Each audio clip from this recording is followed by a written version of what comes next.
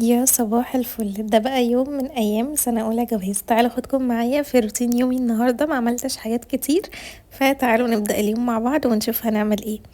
اول حاجة عملت فطار كده سريع، عملت فول وعملت كمان بيض، وحضرت بقى الفطار وفطرت عشان كنت رايحة عند ماما النهاردة. فخلصت فطار ولبست بقى ونزلت عشان اروح لماما. وعايزه اقول لكم بقى الجو كان حر رهيب. الفلوج ده كان المفروض ينزل من يومين بس للاسف ما لحقتش اعمل له مونتاج. رحت بقى عند ماما وكانت عامله محشي خطير يا جماعه، بجد تحفه. اكلت بقى وبعد الغدا شربت كوبايه شاي حلوه كده. وبعد كده عملنا فشار، وانا احسن واحده بتعمل فشار بدون مبالغه.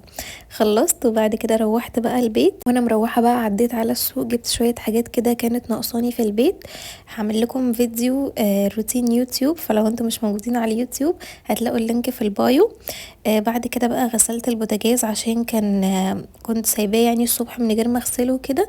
فغسلت بقى البوتاجاز سريعا كده. وعايزه اقول لكم بقى عملت خلطه كده والحمد لله طلعت ناجحه جدا لتنظيف البوتاجاز بقى، وبتلمع الاجهزه والحاجات دي بجد خطيره. خلصت بقى البوتاجاز ودخلت خدت شاور سريع كده عشان الجو كان حر رهيب.